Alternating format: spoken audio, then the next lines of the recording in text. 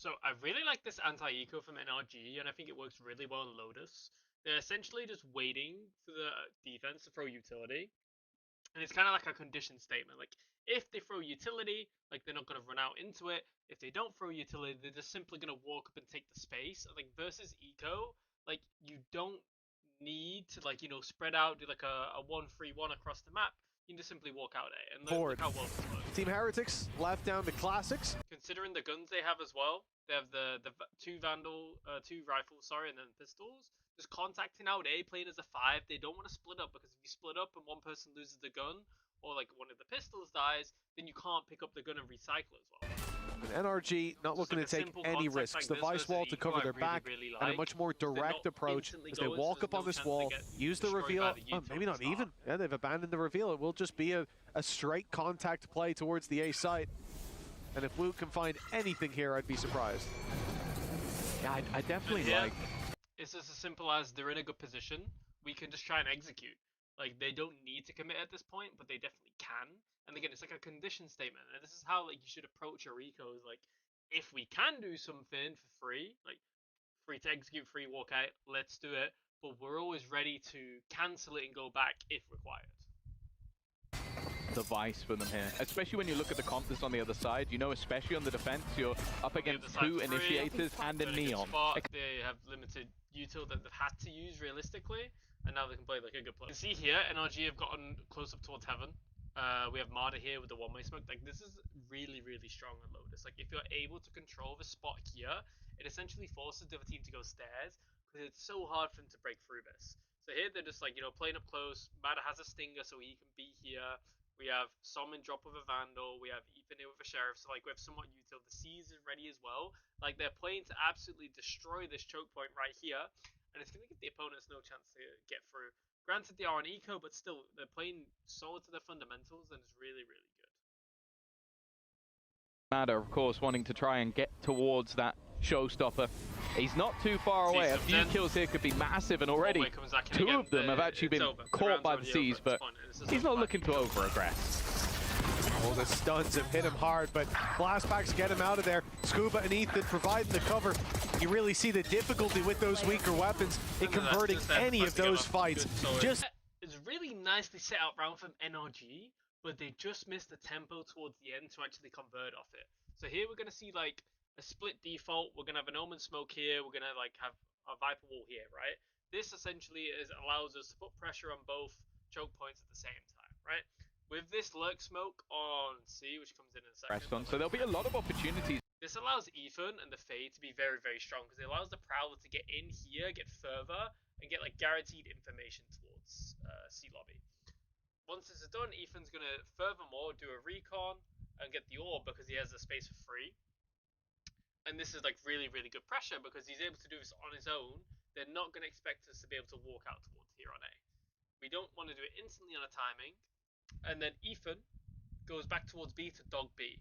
Now at this point, there's been like an indicator in the round that, okay, Fade started here, now Fade's gone back here, and this kind of indicates, and also, just basic pressure for Heretics to do something about it. And this is what the timing misses, and I'll go back to it when it happens. For NRG in these sort of early fights, you can already see it. Push for the orb. So Ethan here gets the C space on his own. Moving towards the Rolling Thunder, and that space A player's not making a sound. Has been garnered, but NRG have just been...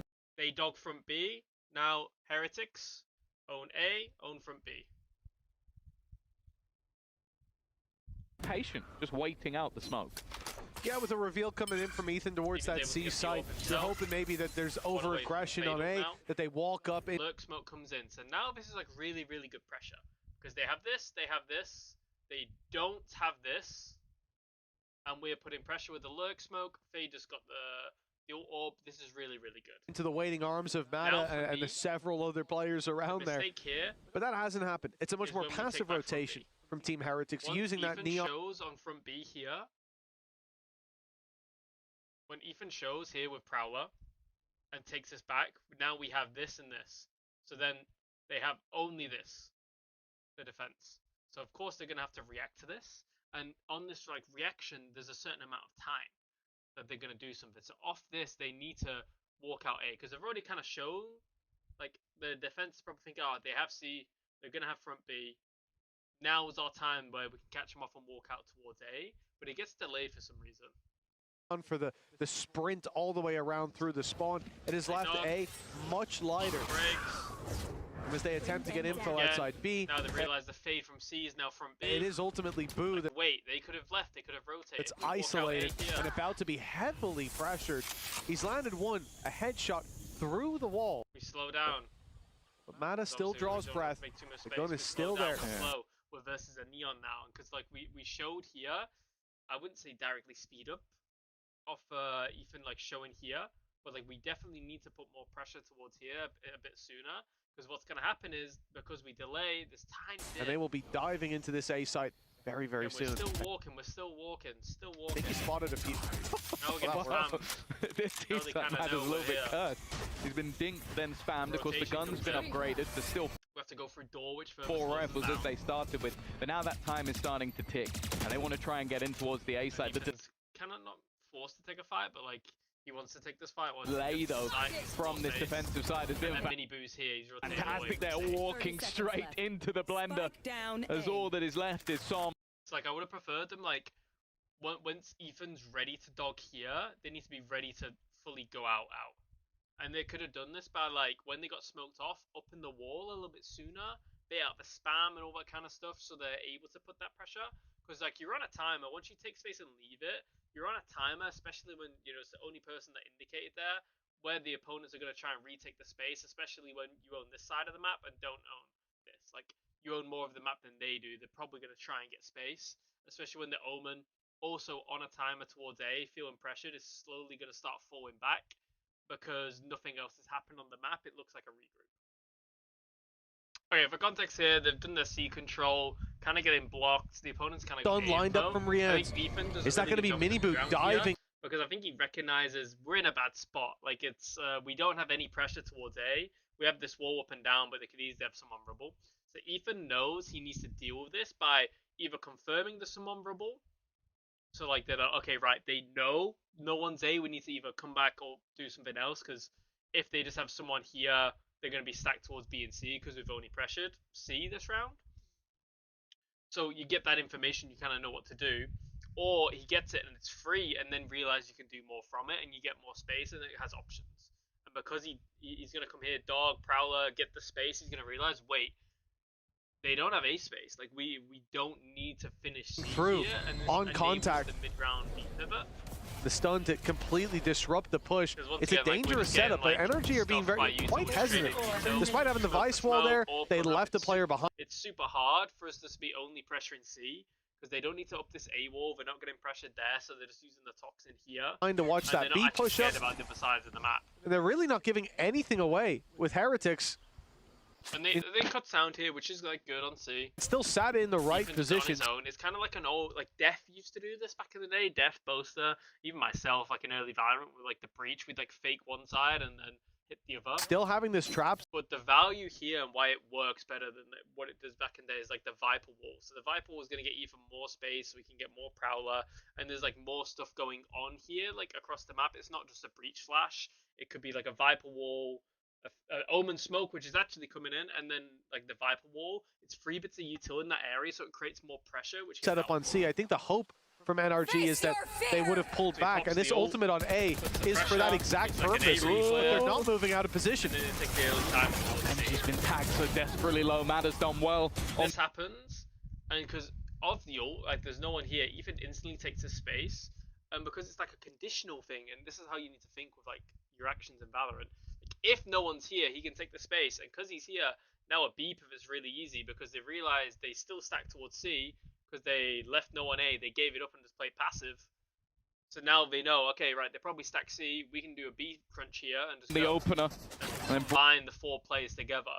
Because like obviously Ethan's on his own here, these 3 here, the way they can come together is just by hitting B like this. So it's a really good mid round from Ethan, and it's like dealing with these like common situations well and adapting like when things maybe don't go as planned is what really makes like great IGLs and great players in this game. This round I'd love to see in Valorant. It's just like very simple. They've not really done a hard A open yet, and they're just gonna do like a 5A. Besides versus on the eco, let's do 5A. Mada has ult here. This is like the condition for doing this, and it's like we're gonna go A. We have an insanely strong comp to take it. We're gonna get the Odin out as well, so we're gonna deny any like early pushes. We're gonna get chip damage. We're gonna have the Prowler for close. Like it's just gonna be like, what is the easiest way to get a good position in this round with Ray's ult? The first time using it, you can just go A together, right? The Heretics have not been hard slamming A util, like we've been able to walk up behind this wall. We can just hard slam A here, and let's watch it unfold. The qualifier was online. It wasn't having to sit with your opponents across, of course. And this is like also, it's another conditional statement. If the Prowler hits anyone, Mada's popping that ult and is instantly on them, and it's going to be like really, really just a free entry, right? So yeah. Heretics understand this, they have to respect this, they have to give up the space. Have people in. But NRG also understand this, so they take the space. They take this early space. They flash. The arena just yet. Maybe that adds an extra layer of pressure, and I'm sure you already have. Main already, and at this point, like I said on the eco, when you have this space, we're already up here, we're in a good position. Why not try and execute? I mean, in this case, we're going to brute force it because we have the ult. But like, you can always try, open the door, prod, get ready to go. If they feel weak, if they feel like you're getting the space, then just go and take it. Why not? Like, we've already lost B and C here because we did a 5 thing, so we are going to finish this round here. Mitch seeing that Odin on the attack side. Oh, I love to see it. It hasn't landed the damage, but it did send players backwards. The dog again, great dog from Ethan, and again it just shows them where the free kill is. Showstopper landed, Benchy Fishy down, Brienne's drops, and they know that he's here. They're ready for the fight. Really? Brienne's putting the ult through. This is a 2 versus 4. He's basically alone on this site and feels confident. Yeah, I don't know about that one, Brienne's, I'll be honest, but good call from NRG, change of pace again. Ethan doing a good job. Okay, I really like what NRG are doing here. Heretics are getting destroyed right now. They're down 5-1. They're on a buy round now, and they just called a pause.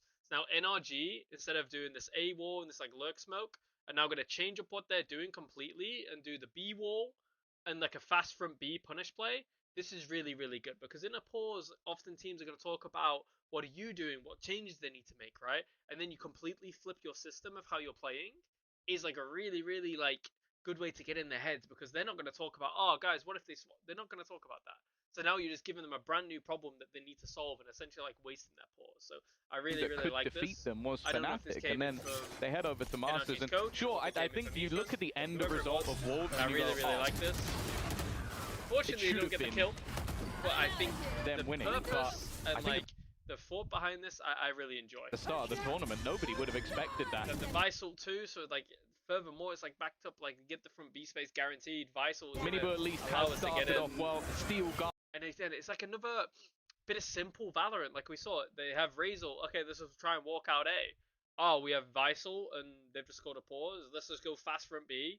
Try and get the entry. If we don't, then we just Visal and in to guarantee get the space. Arden will quickly remove his gun, but he does have teammates to support. This at least gives the space, or at least you think it does. Crazy. Never mind. The defenders are coming back swinging, getting into their face. The Odin again, and now Scuba strikes one more back swing. This at least gives the space, or at least you think it does. Never mind. The defenders are coming back swinging, getting into their face. The Odin again, and now Scuba strikes one more time. He might not have the most kills, but talk about impact. And Minibu, the man who started it all off. Insane. But yeah, like, really, really good play here from NRG. Like, I'm really liking what I'm seeing from them so far. I think they can do very well at EWC playing like this. Okay, another round again. They're 1-off ult. They're doing this 5A play. It's kind of obvious when they're doing this, like the amount of pressure that they show. They don't show this on normal rounds, like early openings like this. Of course, they can always go back and fake it, but Ethan's one off the fade ult here.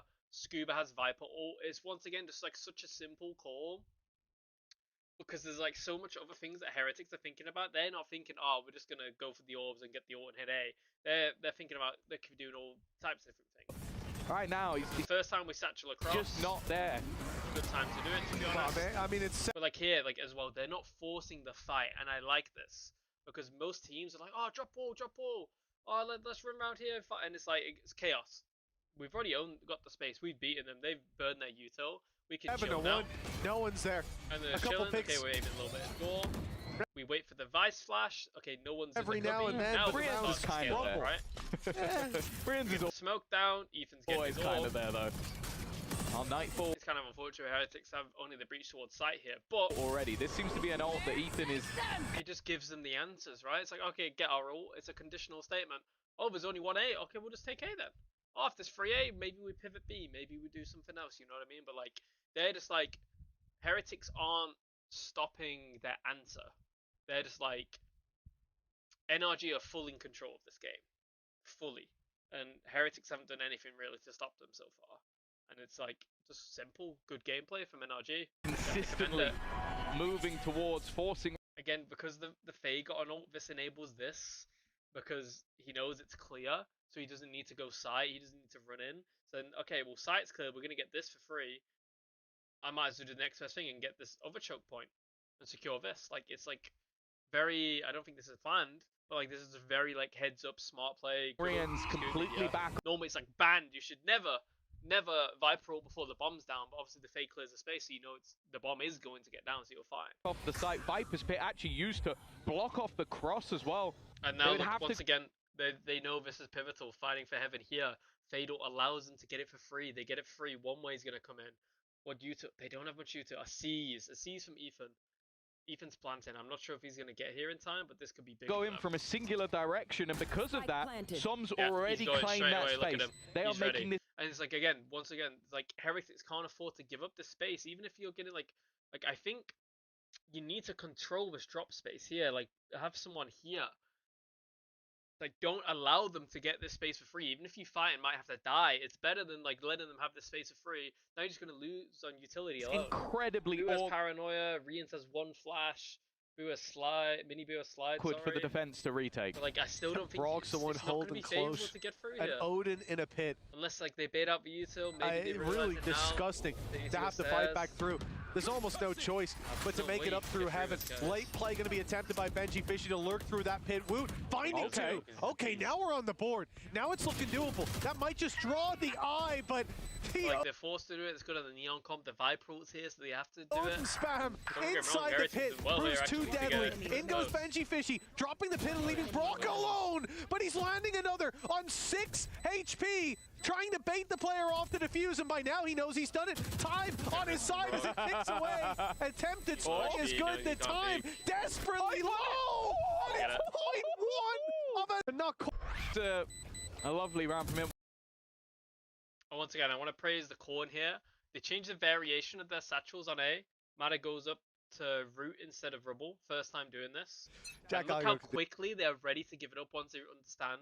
Do it. Okay, yeah. High Point will be talking about the little bubble. You know, the little bubble. That's what you need to look for, the bubble. Neon slide, Omen paranoia. They're like, actually, I'm breach done, and you know the recon comes from here. Actually, we need to run away. I don't know. When does the Omen ult come in? Is that the little bubble? Jack I'll do it. Yeah. High Point will be talking about the little bubble. You know, No, I guess it's. Ooh, this is actually nice. I guess it's like they're trying to slam the A open. Excuse me. But if, you know, again, it's conditional. If they're just stacking it, they can also just turn it around and run here because these are a 4. And Som's position is really good because he can go both ways. Oh my god. Sorry about that. Little bubble. That's what you need to look for, the bubble. Yeah, Mana literally sprints away. The second round for Heretics, but it is a thin margin. These guys don't know what's by which going they've on. Managed to claim it. Some can literally just chill. Some doesn't need to do anything. Some just got his gun out. And the TP from Som into spawn. They're looking for him. They think maybe he's gone to the back. Look at this pressure. He's looking here. He's looking behind him. Like, they have no idea. And some could have even done this and just ulted like here and just sat in spawn. But the still pressure would be there. A site, Benji's worried as well. Pops the pit here, and the whole idea was to push towards this site. I mean, he's gotten himself up on the boxes. Even with the classic here, the snake bite's going to buy him a bit of time. I thought he'd be in good form, but Matt is. But like, just such good like it's so adaptable on like both sides. Like, you know, there's always like, if this doesn't work, the second option, they're ready to do it and they're ready to do it quick. And I don't think it's like protocols or anything like that. I think it's just like good understanding and like good calling. Like whoever's doing the mid round, if it's like Som, Ethan, whatever, whoever's doing it, it's like really, really nice. Okay, Valorant. Another tac pause comes in from Heretics. They swap. NRG swap what they're doing again. They're doing this, the B control, the once before of a single Satchel out of play, but this double lurk into B. Rock. He is firing on all cylinders. So they do the lurk smoke on A. They don't often do this, so this here with this Odin. Does he need to add a couple more? It just holds them A long enough for the B plays to yeah, he really does. They obviously understand Heretics has no sentiment. He really does. Rock. I don't know what the casters are doing here. Unreal. But there's seeing this level towards of play. B. Like we put pressure on C. With the big old gun. Next thing you know, because they have no senti, there's a massive gap. Through B. I'm not sure. I mean, we talked about it. Not playing with a Sentinels. Can they leave you gaps? And okay, you have Odin spams. You've got Showstopper opening. You've got deep push. Yeah, at this point they have too many options. They're faking C, going back into Odin spams. Another insane dog bite, Ethan. By the way, if this dog doesn't come in and he like runs out and dies, you've got Showstopper opening. You've got deep push through. Takes from Psalm, who's going to get an easy pick, and he is not even the tip of the spear. So Scuba's like, chill, guys. I've won the round. That's being driven into their back as a huge rotation comes in from Scuba, who's just now being spotted. Mini Boo looked at him and looked away. But like, what? Like, imagine if you're Heretics, you're like, bro, they just ran into B insta. He was like, oh, it must be a teammate. Yeah, but why is he red? That's a shocking round from NRG, who just get gifted all this space. Who's about? Like, I'm just like, what's the worst? He's like, yeah. Like the position. I think I'm seeing the enemy or my teammates as enemies. Boost on Wall though. A fight that could have turned things back, but Wu immediately falls, and you can just see the change up. And then instantly the out. Okay, the one rule here, guys. Boo can only win this round if he does what? If he taps the bomb. So just let him tap the bomb. Okay, sure, he's got a map of Omen smoke coming up soon, but like just let him tap the bomb. Don't need to fight. Don't need to do anything. And it's like, oh, don't give him too much respect. At the same time, it's how you win these rounds. Like when you're in like a tournament like this, Esports World Cup is a lot of prize money. You want to play it properly and you want to play it consistent. So NRG are playing a fantastic game strategically. That agrees with me too.